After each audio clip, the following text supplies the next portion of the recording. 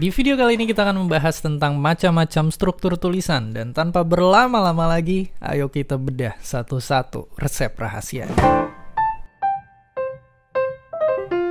Struktur atau kerangka tulisan di video edukasi itu banyak banget, tapi kita akan pelajarin 4 dulu yang paling sering digunakan.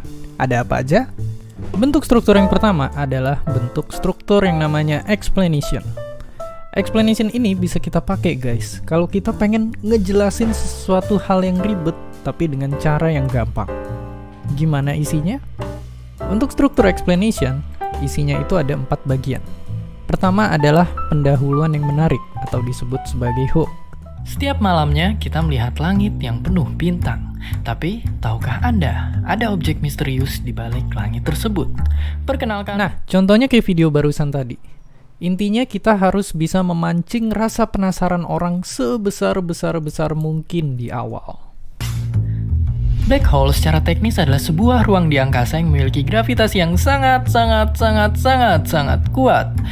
Nah, persis kayak contoh video tadi, jawaban itu harus taruh di depan, jangan taruh di belakang, karena orang bisa akan bosen nunggu jawabannya. Makanya taruh jawaban singkatnya 1-2 kalimat aja langsung di depan. Black hole terdiri atas bagian yang disebut sebagai singularity dan bagian yang disebut sebagai event horizon. Bagian singularity ini masih sangat misterius dan tidak diketahui apa isinya. Sedangkan event horizon adalah wilayah yang memiliki gaya gravitasi yang sangat kuat. Nah, kayak video tadi, itu adalah bagian explanation, di mana ada bagian yang menjelaskan lebih jauh lagi, lebih panjang lagi, melanjutkan dari answer yang di atas.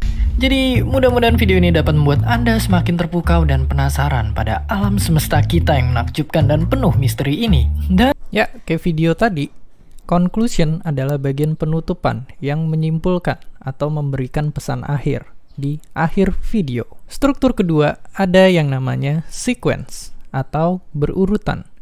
Ini tuh bagus banget dipakai kalau video kalian itu tentang tutorial atau tahap-tahap membuat sesuatu.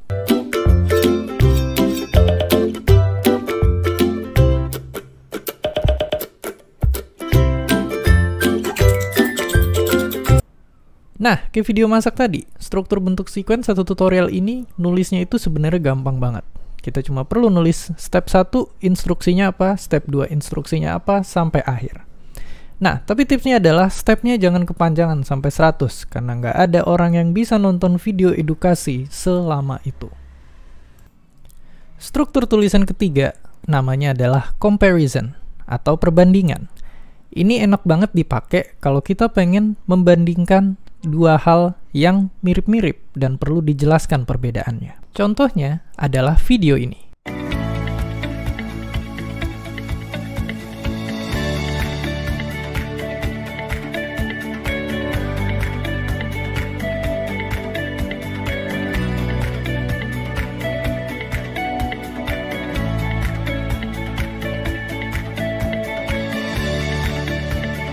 Dalam bentuk struktur tulisan comparison, ada 2 hal yang mesti kalian perhatikan. Pertama adalah, hal yang mesti dibandingkan itu mesti jelas namanya. Ada rapid test, antigen, sama PCR. Yang kedua, seperti yang kalian lihat di sini, ada berbagai macam jenis hal atau elemen yang pengen dibandingkan. Jenis sampel, cara kerja, biaya, dan baru di breakdown satu-satu. Kalau rapid test seperti ini, antigen seperti ini, PCR seperti ini untuk jenis sampelnya. Untuk cara kerja, rapid test seperti ini, antigen seperti ini, PCR seperti ini. Untuk biaya, sama persis. Kurang lebih seperti itu. Terakhir, bentuk struktur yang namanya adalah description, yang biasanya dipakai untuk video pembelajaran sekolah atau video dokumenter. Contohnya kayak apa? Nah, kan, matinya udah mau ganti kulit.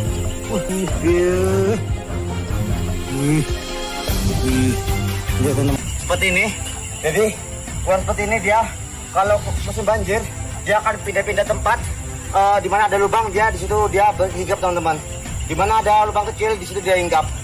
Nah, kayak cuplikan video yang seru tadi, struktur description itu pada dasarnya adalah ketika kita membahas suatu topik, topiknya itu dibagi menjadi beberapa bagian yang mau kita bahas.